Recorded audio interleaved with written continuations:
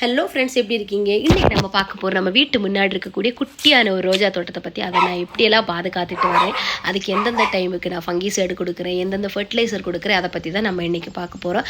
அது மட்டும் கிடையாதுங்க, நிறைய பேர் கேட்டிருந்த கேள்விக்கான பதில்களும் நம்ம இன்றைக்கி இந்த வீடியோவில் இருக்குங்க. கண்டிப்பாக என்னோடய சேனலை சப்ஸ்கிரைப் பண்ணாமல் புதுசாக யாராவது பார்த்துட்டு இருந்தீங்கன்னா சேனலை சப்ஸ்கிரைப் பண்ணி பாருங்கள். அதே மாதிரி தான் நிறைய டிப்ஸ் கொடுக்குறேன்.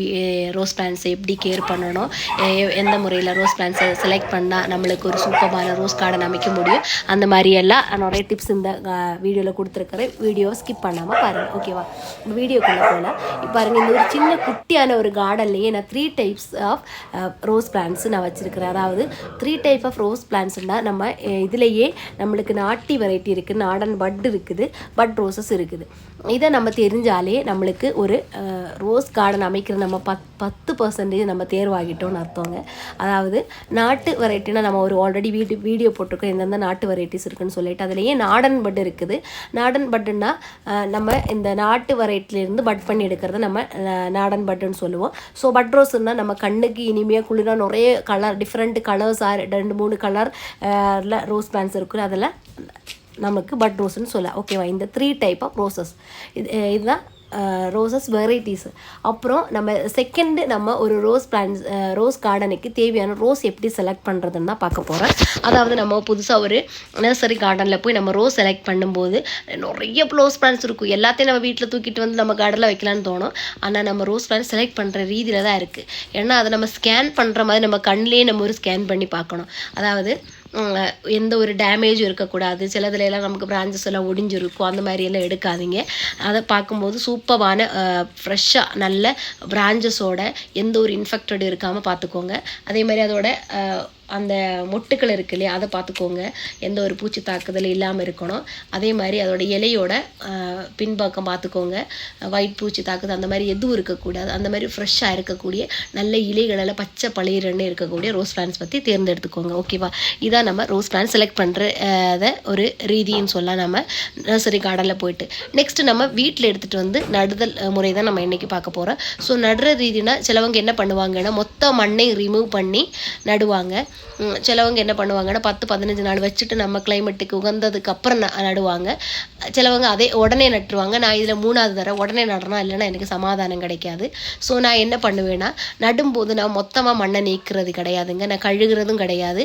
நான் என்ன பண்ணுவேன்னா, ஒரு 90% மண்ணை நீக்கிட்டு 10% மண், அதாவது அந்த வேரை சுற்றி இருக்கக்கூடிய மண்ணை நான் ஒரு பால் மாதிரி ஆக்கிட்டு நான் அந்த வேரோட ரவுண்ட் பண்ணிவிட்டு அந்த மாதிரி தான் நான் செடியை நடுறது, ஓகேவா? அதுக்கப்புறம் நீங்கள் எந்த முறையில் பின்பற்றி உங்களுக்கு ரிசல்ட் கிடச்சிருக்கோ அந்த முறையில் நீங்கள் பின்பற்றிக்கோங்க. இல்லை நான் ஃபெயில் ஆனேன், நிறைய தடவை ரோஸ் பிளான்ட்ஸ் வச்சுட்டு நினைக்கிறவங்க நான் பண்ணுற முறையில் ஒரு தடவை நீங்கள் ட்ரை பண்ணி பாருங்கள், ஓகே? அதுக்கப்புறம் நான் எடுக்கக்கூடிய மண்கலவை என்னன்னு கேட்டிருந்தாங்க. நான் ரெடி பண்ணுற மண்கலவைனா முன்னாடி நான் எடுத்துகிட்டு இருந்த ரெட் சாயிலில் சாணி மிக்ஸ் பண்ணி வர்ற மண்கலவை தான். இப்போ நாங்கள் லேஅவுட்டுக்கு வந்திருக்கிறதுனால எங்களுக்கு இங்கே மண் கிடைக்கிது. ஸோ நான் எடுக்கிற கார்டன் சாயில் தான் எடுக்கிறேன் இப்போது. அது கூடவே கொஞ்சோண்டு, அதாவது ஒரு பிடி அளவு, அதாவது நம்மளோட கைக்கு 2 பிடி அளவு ரெட் சாயில் போடுறேன். அந்த ரெட் சாயிலையே நம்மளுக்கு சாணி மிக்ஸ் பண்ணி கொடுக்குறாங்க. ஸோ அதனால் அதாவது 4 மடங்கு கார்டன் சாயில், 2 மடங்கு ரெட் சாயில். இல்லாதவங்க கார்டன் சாயிலே உகந்தது, ஓகேவா? ரெட் சாயில் எடுக்கணும்னு நான் சொல்லலை, கார்டன் சாயிலே எடுத்துக்கோங்க. ஸோ எனக்கு ரெட் சாயில் தான் இங்கே அவைலபிளாக இருக்கிறனால ரெட் சாயில் நான் சேர்த்து எடுத்துக்கிறேன், ஓகே? இல்லைன்னா கார்டன் சாயில் எடுத்துக்கோங்க. சாணி இருந்தால் நீங்கள் சாணி எடுத்துக்கோங்க. அப்புறம் உங்ககிட்ட கொக்கோ பிட் இருந்ததுன்னா நீங்கள் 2 கைப்பிடி அளவு கொக்கோ பிட் எடுத்துக்கோங்க. இல்லை கொக்கோ பிட் இல்லைன்னா நீங்கள் வெறும் கார்டன் சாயிலை சாணி இருந்ததுன்னா மிக்ஸ் பண்ணி வச்சுக்கோங்க. மணல் இருந்ததுன்னா அதை கூட சேர்த்துக்கோங்க. இவ்வளோதாங்க நம்ம ஃபஸ்ட்டு நம்ம ரோஸ் பிளான்ட்ஸு கொடுக்கக்கூடிய மண்கலவை. இதில் எந்த ஒரு மண்களையும் நம்ம ஆட் பண்ணவே வேண்டாம்.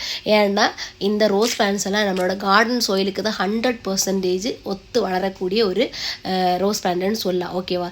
கீழே மண் இருக்கிறவங்க தாராளமாக மண் இருந்தால் வச்சுக்கோங்க, அதாவது நம்மளுக்கு கிரவுண்டில் வைக்கிறவங்க. ஏன்னா ரோஸ் பிளான்ட்ஸுக்கு கிரவுண்டு தான் ரொம்ப பிடிக்கும். அதாவது கிரவுண்ட் இருக்கிறவங்க வச்சுக்கோங்க, இல்லாத இடம் இல்லாதவங்க தான் நம்ம தொட்டியில் வைக்கிறோம், ஓகே?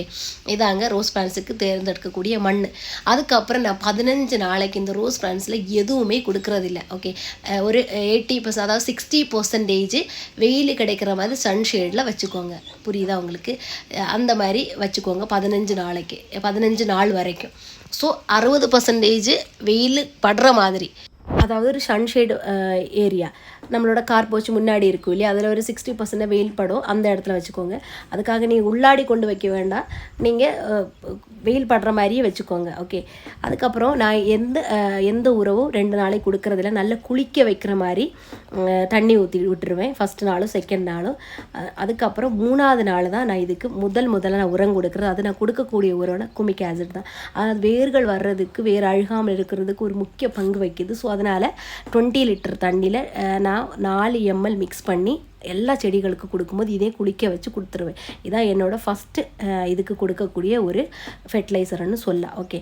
அதுக்கப்புறம் நான் ஆல்டர்னேட்டிவாக இதை 3ஆவது நாள் தான் நான் இதுக்கு ஃபெர்டிலைசர் கொடுத்து ஸ்டார்ட் பண்ணுறது. அதுக்கப்புறம் நார்மலாக நான் கொடுக்கக்கூடிய 3 நாளைக்கு ஒரு தடவை புளிக்க வச்ச கஞ்சி தண்ணி, அதுக்கப்புறம் ஒரு நாள் அதுக்கு எந்த தண்ணியும் கொடுக்குறதில்ல. விட்ட நாள் நான் 3 நாள் புளிக்க வச்சுருக்கிறேன். மோரை நான் இதே மாதிரி 20 லிட்டர் தண்ணியில் மிக்ஸ் பண்ணால், எந்த ஒரு பொருள் ஃபெர்டிலைசர் கொடுத்தாலும் நிறைய தண்ணியில் மிக்ஸ் பண்ணி தான் கொடுக்குறது. ஏன்னா நம்ம கொடுத்துட்டே இருக்கிற இதே மாதிரி ஆல்டர்னேட்டிவாக நம்ம நேச்சுரலி கொடுக்குறோம், கெமிக்கலி கொடுக்குறோம். ஸோ இந்த மாதிரி கொடுக்கும்போது செடியே அஃபெக்ட் ஆகக்கூடாது இல்லையா. அதனால் என்ன பண்ணணும்னா நிறைய தண்ணியில் மிக்ஸ் பண்ணி கொடுத்தோன்னா, குளிக்க வச்சு கொடுத்தோன்னா அது இலைகளும் ஃப்ரெஷ்ஷாகவும், அதுக்கு தேவையான இலைகள் வழியாகவும் எடுத்துக்கும், தண்டுக்கள் வழியாக எடுத்துக்கும், வேர்கள் வழியாக எடுத்துக்கும், வேண்டாத அது கீழேயே தள்ளிவிடும். ஸோ அந்த மாதிரி தான் கொடுத்துட்டே வர்றது. இதுதான் என்னோடய உரங்கள்.